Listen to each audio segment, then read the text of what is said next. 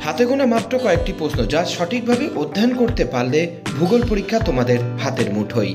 তাই দেরি না করে চলো শুরু করছি আজকের এই ভিডিওটি।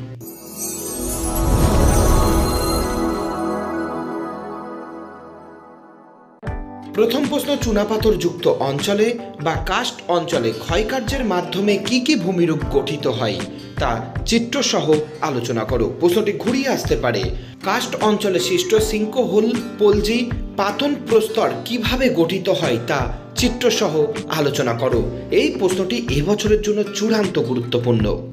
পরের প্রশ্নটি, বিভিন্ন প্রকার প্রবাল প্রাচীরের পরিচয় দাও। পর্যায়ন কাকে বলে?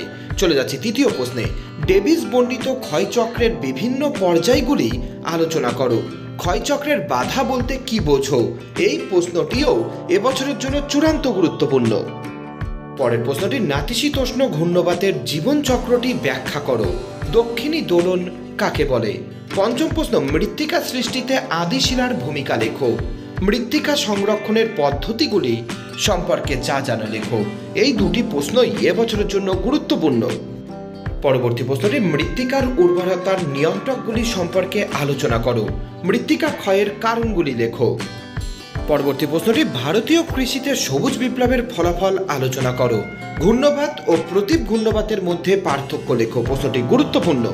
পরের প্রশ্নটি, হ্যালোফাইট বা লবণাম্বু উদ্ভিদের অভিযোজনগত বৈশিষ্ট্য লেখো। মৌসুমী জলবায়ু ও ভূমধ্যসাগরীয় জলবায়ুর বৈশিষ্ট্যের পার্থক্য লেখো। এই প্রশ্নটি তোমাদের পরীক্ষায় এসে বসে আছে, প্রশ্নটি তৈরি করে নাও।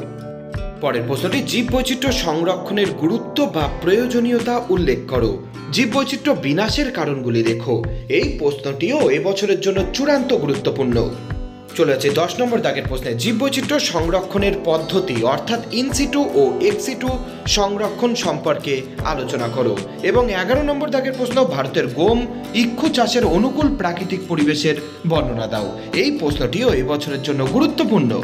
পরবর্তী প্রশ্নটি, পূর্ব মধ্য ভারতের লৌহ ইস্পাত শিল্পের কেন্দ্রীভবনের কারণ কি?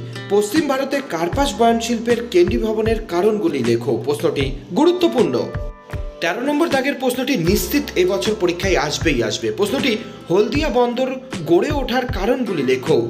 কলকাতার পরিপূরক বন্দর হিসাবে হলদিয়া বন্দরের গুরুত্ব উল্লেখ করো। পরের প্রশ্নটি, পৃথিবীব্যাপী অসম জনবন্টনের কারণগুলি উল্লেখ করো। প্রশ্নটি গুরুত্বপূর্ণ। চলে যাচ্ছি আজকের ভিডিওর সর্বশেষ প্রশ্নে, জনাকীর্ণতা ও জ্ঞান স্বল্পতার সংজ্ঞা দাও। ভারতের নগরায়নের সমস্যাগুলি আলোচনা করো। প্রশ্নটি গুরুত্বপূর্ণ। সময় একদমই নষ্ট না করে যে প্রশ্নগুলি তোমাদের বলে দেওয়া হলো সেই প্রশ্নগুলিকে এখন থেকেই তোমরা তৈরি করতে থাকো। তোমাদের পরীক্ষার জন্য রইল শুভকামনা।